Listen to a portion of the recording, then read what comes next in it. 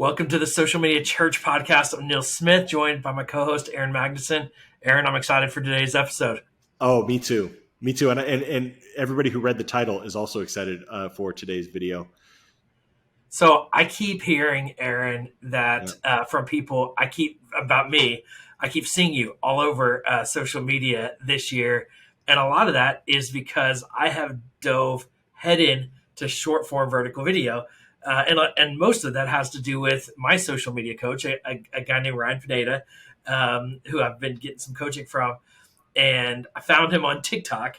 He's based in Las Vegas, and I'm in his kind of coaching community. Oh, I didn't realize that. I didn't realize you found him on TikTok before you found it on Found YouTube. him on TikTok because we were looking at getting into Airbnb, getting an Airbnb property, and he was posting a lot of content about that. He's got this, like, he typically changes his hair color a lot. Caught my attention, and so I started following him, and then jumped into his coaching community. But he is all about short, and he just calls it short form video. Now it's short form vertical video is what we often refer to that as, because in church world, we've often clipped it in horizontal and just posted it on social media that way. And I think it's important to note that what is trending is vertical. It's not the horizontal. Horizontal is for YouTube. Vertical is for everything else. Well, you say that, but I think where we're going to go and be able to go today, and certainly in future episodes, it's not just horizontal on YouTube anymore.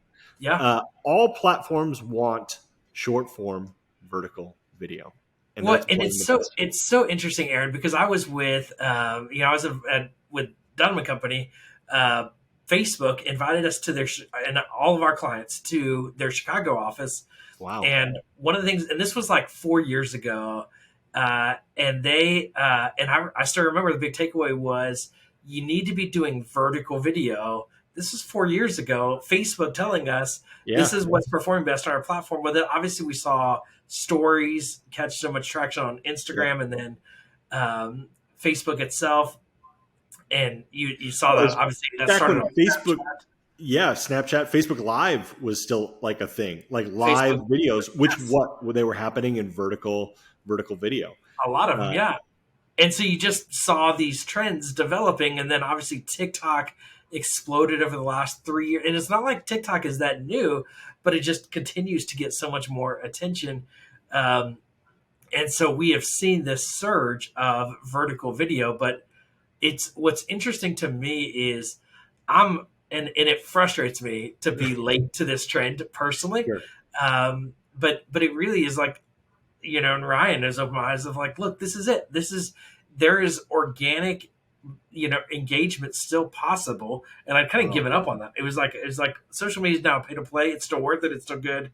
But learning that there's organic, and I'm seeing that on my personal platforms, especially with TikTok and Instagram, vertical video, and basically minute or less vertical video is getting great organic engagement on these platforms. Not every video is getting great organic engagement, but a lot of them are. And so it's fascinating to see this trend growing. And I think I'm experimenting on my personal platform, but I'm seeing churches that are beginning to lean into this, seeing pretty incredible success as well.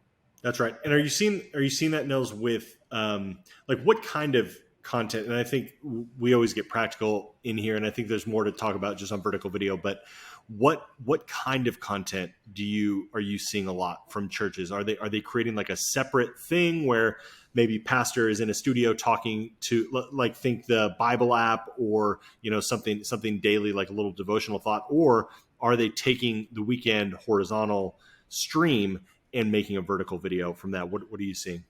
So what I see working, what I see most significantly is taking the sermon and just clipping it up for vertical. Now, there's some unique, just even editing, stylistic things. The way you typically do captions on vertical video is pretty interesting how that works and how that gets people's attention. I think it starts with a sermon. What I think, though, Aaron, is I'm yet to see, but I think we will see, is videos made for vertical. And that's what I see working best on my channel. And I see with a lot of basically social media influencers outside of the church space, they're just sitting on a stool, sitting in a chair, and they're just making videos for vertical. Yeah. Um, and and they perform really well. And so I think for pastors, ministry leaders, to not just think repurposing content for vertical, but creating vertical first content. And so I literally, I've got my camera right here, Aaron, for those that have video, and Yeah. I actually am planning to shoot some today. And so I literally, what I do is I just literally on my tripod, I just turn my camera vertical, Yep.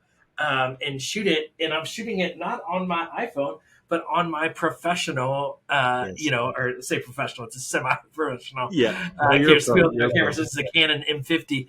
Um, but really like high quality vertical videos for vertical. And so we said this a couple years ago with podcasting, where it's like a podcast first content, meaning it's made for a podcast, not just a sermon Yeah. posted as a podcast. Now you should be posting your sermon as a podcast, but what's going to perform best is podcast first content. What I believe is going to perform best in vertical is vertical first content. Yes. Aaron, what are your thoughts? We can talk platforms too, but Yeah, I think it's funny that you broke out your camera and referred to yourself as professional, because the truth is you're not a professional photographer yes, or videographer, but you do have some nice equipment that's more than your cell phone.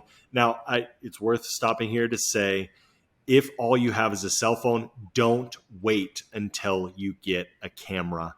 yes, Start recording vertical video with your already good enough camera on your iPhone or your Android device. Cameras are good enough to do that. Now, if you are a pastor that's thinking about this and creating content, or you're a team member of a large church listening to this podcast, you probably have access to some higher quality capture devices. And yes, turning it sideways. Now, what's interesting about this, I remember having these conversations a couple of years ago when IGTV was still a thing, and I was talking to videographers. And anytime a videographer, and I think that this would probably still be true, a little piece of them dies when they're asked to record in vertical with their really nice camera and their nice equipment. And so if you are a videographer watching this, or you manage videographers, I would have some, just know that you need to cast some good vision here. And you need to help the creatives learn. Now, I would imagine they're going to understand it, right? 4 years or even 3 years after I was having that conversation with the videographer, we're long past IGTV, and I think there is an understanding that there's really cool video content to be created. Thinking about like TikTok and those sorts of things. However, I would be curious, Nils, to have part of this conversation be, I think some of these platforms still want you to be recording videos on your cell phone. And so, but having said that, lead your team, lead your videographer to this place of why we're turning the camera sideways and why we're taking this expensive piece of equipment and recording a different type of video. And then, give them the freedom to edit it in a really cool way, give them a crack at it. In what they would imagine would be a cool edit for the vertical video, and kind of give them not only vision but also some creative freedom that makes turning their camera sideways a positive experience, not a negative one. But Nils, I agree. I think we were saying this, about podcasting. You got to be thinking podcast first. Well, let's think vertical video first. In addition to all of the pillar content, chopping it up, because I think there's a strategy that we can get into here that I was talking with a coworker about recently, where I think that there's value in letting people taste a piece of content in vertical video, but not see the whole thing. But encouraging them to go watch the whole thing, and that could also be in horizontal video. But so letting that be a part of your strategy with your pillar content. However, I think what you said is really important, Nils.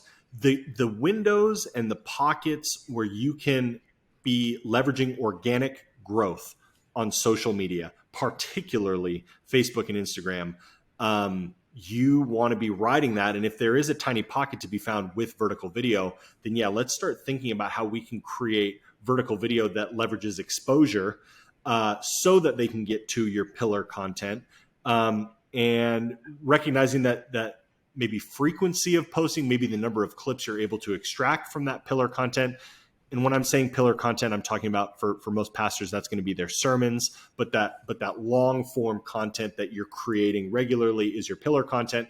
So finding clips from there. But I think that, short form vertical video, think about how fast we consume it. It's so fast, it's swiping, and you can burn through a lot of content really quickly. And the people that I see that are doing vertical video really well are not just doing vertical first or making a nice video from horizontal, but they're also creating a lot of it, which can be intimidating. And I think we talked about this in an episode earlier this year as well. Don't let the amount stop you from doing it, but start thinking about how you can naturally be getting more. And I mean, the reality is it's not as much work. You're not even talking about 1 to 2 minute devotional thought. You're talking about a 15-second video. So when you do have, maybe you are a lead pastor listening to this, maybe you're going to lead your lead pastor into the studio, you can record a lot more content in an hour as well. And so be thinking about how you can leverage recording spots and opportunities to gather more content as well. So don't come in and say, hey, I want you to do this one TikTok video. No. Honor your leader's time, honor them when they get to the studio, and have 10 things that they could record. Those are my thoughts on vertical video, Nils, just that it's consumed quickly, meaning you burn through your content faster. But the good news is you have an opportunity to create a lot more vertical video content than you would a horizontal, series. Totally. When I want to talk about content creation a bit, and then I'll talk about platforms, like where to distribute this. And you mentioned, I love that you called me out as not a professional, because I think people often, and it's funny, my family, I'm like the IT guy, right. My family, I'm like, I'm not IT. And it's like, people don't understand. And I'm not, because I create content, I'm not a video guy, but I learn enough that I feel like I've got to tinker to understand, but I'm definitely not. I don't know all about color coding and what frame rates and things like that. But at the end of the day, I think we all need to know in this day of engaging with these platforms enough to be able to create a good video. And so, even that camera setup I showed a minute ago is about a $1,500 setup, and I understand that budget is inaccessible for a lot of churches. But it's also you can actually create really high quality videos for $1,500, where in the past it was $15,000 for a good camera and microphone. And I'll break it down. It's basically like $1,000 camera, about a $200 lens, about a $200 microphone, and about a $100 tripod. And that gives me really professional audio and really professional video. And then I've got to make sure that I have good lighting. And my lighting is made up of LED lights that I got off of Amazon. Or I go outside. And so that's basically as professional as I think anybody needs to create really high quality vertical videos. Now, I was at a conference in Vegas last week, and this guy showed me this little thing that he got, and it looks almost I was like, oh, there's headphones. What are those? Well, then he pulls it out and he records a video with me, and it is this case that shows me. So the people that are watching on YouTube, you can see it, but it plugs right into my iPhone. This goes into the bottom of my iPhone, and it creates its two little microphones, ones that will clip on, and you can see it like a lapel microphone, but you can also use it as an interview. So it has two microphones, and this thing cost, and he showed me where we were in a conference with music playing in the background, and he recorded a video with me, and it was clear. And you could hear a little bit of background noise, but I'm like, this is $40. So you could basically take this $40 on Amazon. It looks like a giant AirPod case, but it still fits in your palm. That could still fit in your pocket easy. It does. And I took it with me. I was actually in the city in Manhattan yesterday. That's a great place to test. Just to test it a little bit. And it fits in my pocket, and so you can basically, excuses are out. So the iPhone is a great camera. It's just the audio sometimes can be challenging, and I've not found a good microphone for the iPhone to date. Now, I think I just found it. And then lighting is a lot of it is just picking the right time with the sunlight to get good lighting. So I think the content and minimizing excuses to create content is, I think, your first step. Now, the second thing is so if you can capture and then you can edit, and editing is a whole thing that we probably can't get into here. But I think finding a volunteer to do that, and I think this is where short form vertical video is where teenagers in particular are so good because it's typically edited on your phone, whether that's natively in Reels or TikTok, That's right. or you use an app. My kids like Cap, I think it's called Cap Cut to edit on, and so I'm a personal fan of Splice as a video Okay. editing app. But lots of tools out there to do the editing, but then distributing. So I'm curious where you would see as a primary distribution platform. I think it's still, as we're at the beginning of 2023, I think it's still Instagram Reels is the primary Ooh, platform that churches need more to be distributing more than vertically. TikTok. Well, yeah, you thinking through the More than through the TikTok. lens of okay, so TikTok, your church as an organization probably doesn't need to be on. Well, you can be on TikTok, whatever. I the for sure you as a lead communicator, you as a an individual, whatever role you play in the church should be leveraging TikTok. But so church wise, yeah, Reels, great. I would say that's primary slash shorts. I would be curious to know. We should have probably come in with some data nails, but I would be curious between reels and shorts for as far as your church goes, because most people are probably engaging with you on YouTube, Yes. especially if you're doing a live service. I can't imagine, maybe unless you've been doing it forever, that Facebook is beating YouTube in terms of who's engaging with you on the weekends. Yep. So I could see as far as like just ease of traffic flow, shorts being over reels. But as far as individuals go, so not thinking about the organization of the church, would you say reels for a lead pastor over TikTok, or would you encourage them? You got to get a TikTok and you got to start posting vertical videos there first. Also reels, but are we still riding the TikTok wave, Nils, for short form Yeah. vertical video?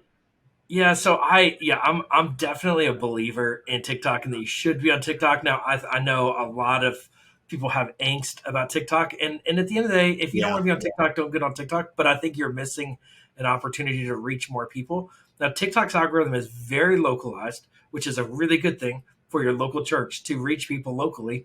yep, And the organic engagement is typically better on TikTok than anywhere else right now. And so I think you primarily focus on that Instagram audience right now. Now, I think that's going to fade.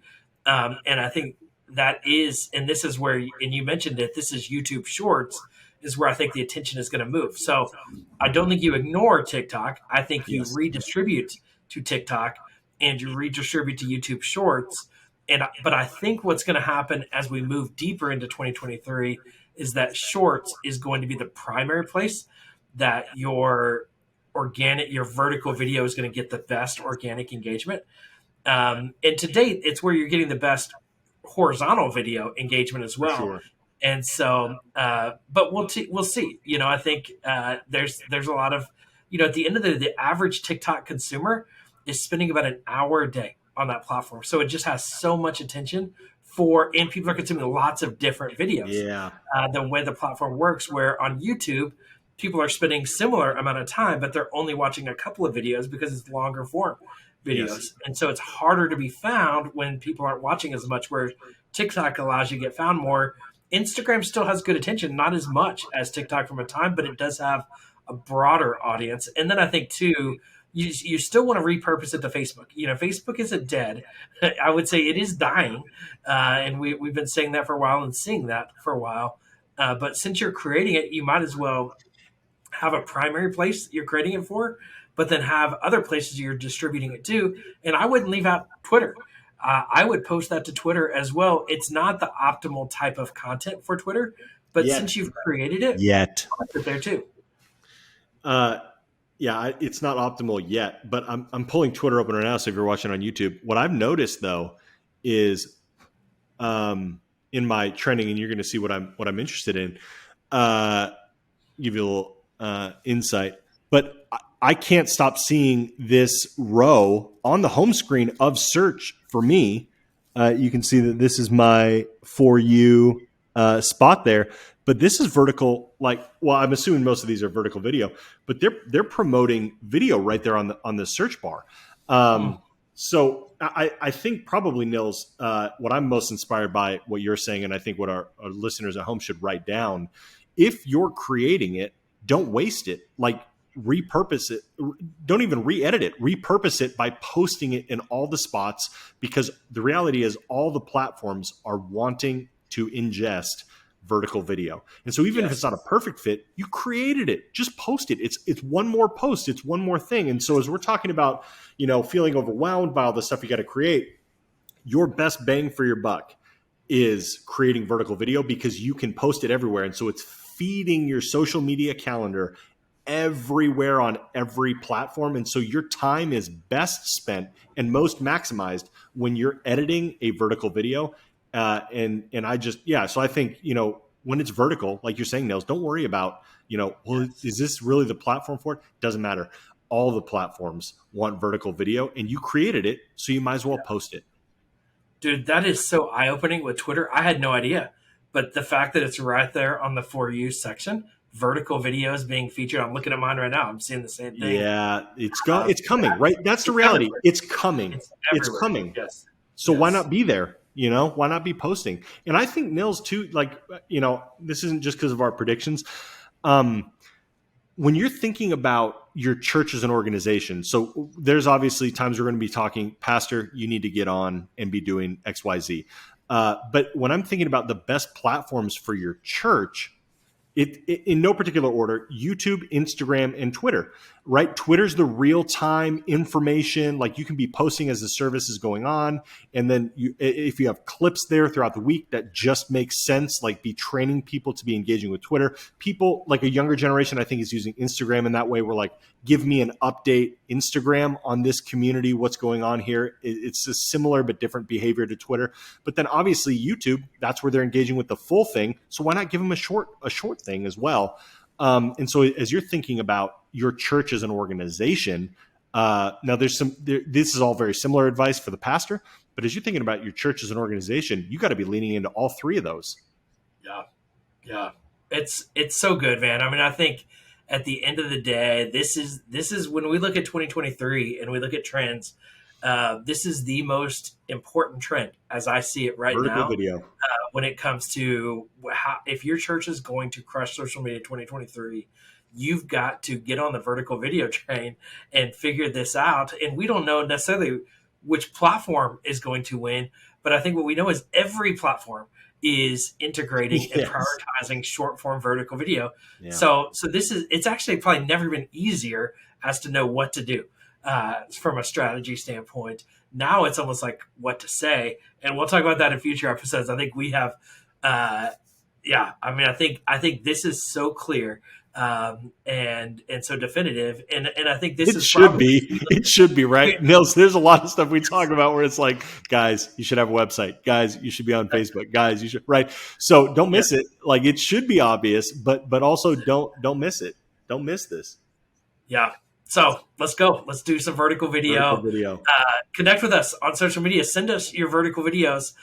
We want to feature you. We want to highlight you. We want to see where people are pushing the limits of vertical video, where churches, where ministry leaders are pushing these limits, because I think it's a big opportunity this year. I'm excited. Thanks so much for listening to this episode. For more episodes, make sure you go to our website, socialmedia.church. Make sure I think we got some freebies on there, but make sure you get on our email list and learn more about all the things that we have going on with Social Media Church and all the opportunities. Aaron and I have exciting plans for 2023. We can't wait to share those with you as the year develops, and really excited about the day that we're in. We're excited about the opportunity that exists on social media for churches, and we're leaning in this year. We hope you are. And so we look forward to the conversations ahead. And thank you so much for listening to this conversation. We'll talk to you again on the next episode.